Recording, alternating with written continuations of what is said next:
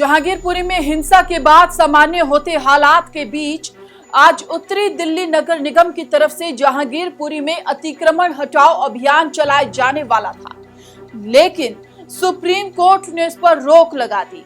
इसके बावजूद जहांगीरपुरी में कुछ देर के लिए बुलडोजर चली। अतिक्रमण हटाओ अभियान के दौरान इलाके को पूरी तरह से छावनी में तब्दील कर दिया गया था और चप्पे चप्पे पर पुलिस का पहरा था। ड्रोन से भी निगरानी रखी जा रही थी। तो चलिए जानते हैं उस बुलडोजर का सफर जो अब तक उत्तर प्रदेश में ही चर्चा में रहा, लेकिन अब ये दूसरे राज्यों में भी चर्चा में बना हुआ है। उत्तर प्रदेश के मुख्यमंत्री योगी आदित्यनाथ के बुलडोजर मॉडल को अब दूसरे राज्य भी अपना रहे हैं। साल 2017 में उत्तर प्रदेश में योगी सरकार बनी और उसके बाद से ही बुलडोजर का सफर शुरू हुआ।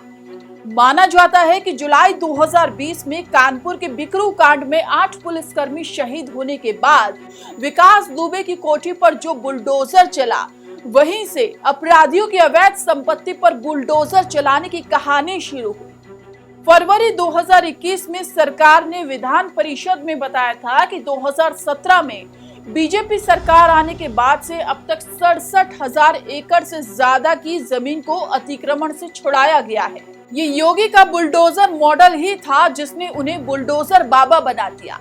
उत्तर प्रदेश से बाबा का बुलडोजर मॉडल पहुंचा मध्य प्रदेश। लगभग 1 महीने पहले मध्य प्रदेश के श्योपुर जिले में एक नाबालिग लड़की से गैंगरेप के आरोपियों के घर को बुलडोजर से गिरा दिया गया। उसके बाद सिवनी के कुरई में दुष्कर्म के आरोपी का घर भी बुलडोजर से ढहा दिया गया। फिर 10 अप्रैल को रामनवमी के दिन एमपी के खरगोन में हिंसा हुई। भीड़ ने रामनवमी के जुलूस पर पथराव किया, जिससे हिंसा भड़क गई। इसके बाद शिवराज सरकार ने हिंसा के आरोपियों के घर को बुलडोजर से ढहा दिया। इस पर सियासत भी हुई। मध्य प्रदेश के बाद बुलडोजर पहुंचा गुजरात। गुजरात में भी रामनवमी के दिन सांप्रदायिक हिंसा हुई थी।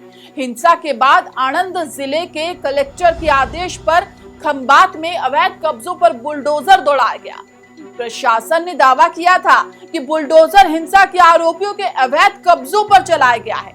हनुमान जयंती पर उत्तराखंड के डाडा जलालपुर में शोभा यात्रा में हुए पथराव के बाद प्रशासन आरोपियों के घर भी बुलडोजर लेकर पहुंच गया।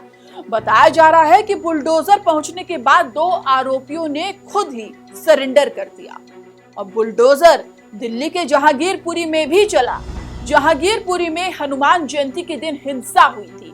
इस हिंसा के बाद अब यहां भी अवैध कब्जों पर बुलडोजर चलाया गया है।